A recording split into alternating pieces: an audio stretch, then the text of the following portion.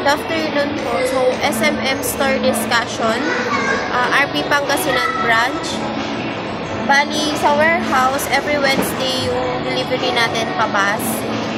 Sa warehouse request inventory, meron tayong premium cotton deal. Yung size nun is extra small hanggang 2XL. Bali, wala tayong stocks nun. Tapos yung cotton din na brown, small to 2XL, wala din tayong stocks. Yung premium cotton men's na canary yellow, 2XL tapos triple XL, wala din tayong stocks nun. And then yung TIT dry fit pastel orange, bali size nun is extra small to triple XL.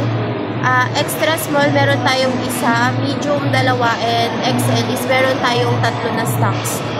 Sa items for allocation, bali yung TIT Kiana Spandex, medium, large, XL yung size na available. Pinakamaraming stocks is white. Sa slow moving item, wala. Yung new item natin, meron tayong bago, yung vacuum flask. Bali, ang color nun is blue, white, and black. Ang pinagkaiba niya dun sa ngayon ay dun sa naunang vacuum flask natin, wala yung logo. Yung dun sa button, wala siyang logo. Bali sa website, walang new update. Sa ROM naman, yung safe reply dun is yung topic dun is yung towel comparison cotton versus microfiber.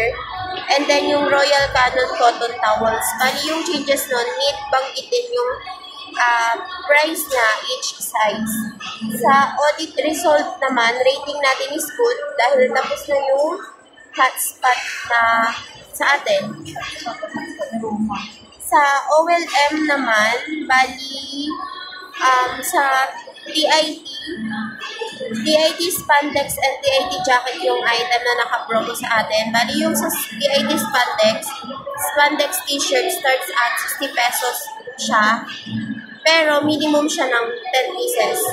And then yung TIT jacket natin, custom printed jacket siya, starts at 400 naman yung promo natin doon. Sa ads and promo naman, yung mga new updates is wala. Sa tricycle, bali yung active pa rin natin is 14. For installation natin is 21.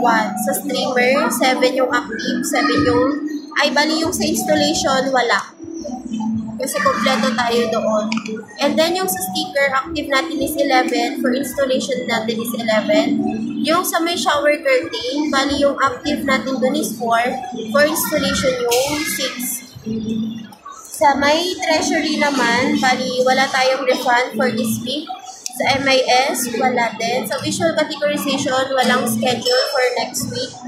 Sa HR, wala din. And then sa audit, bali yung active hotspot and then yung garments and consumable posting, wala na din.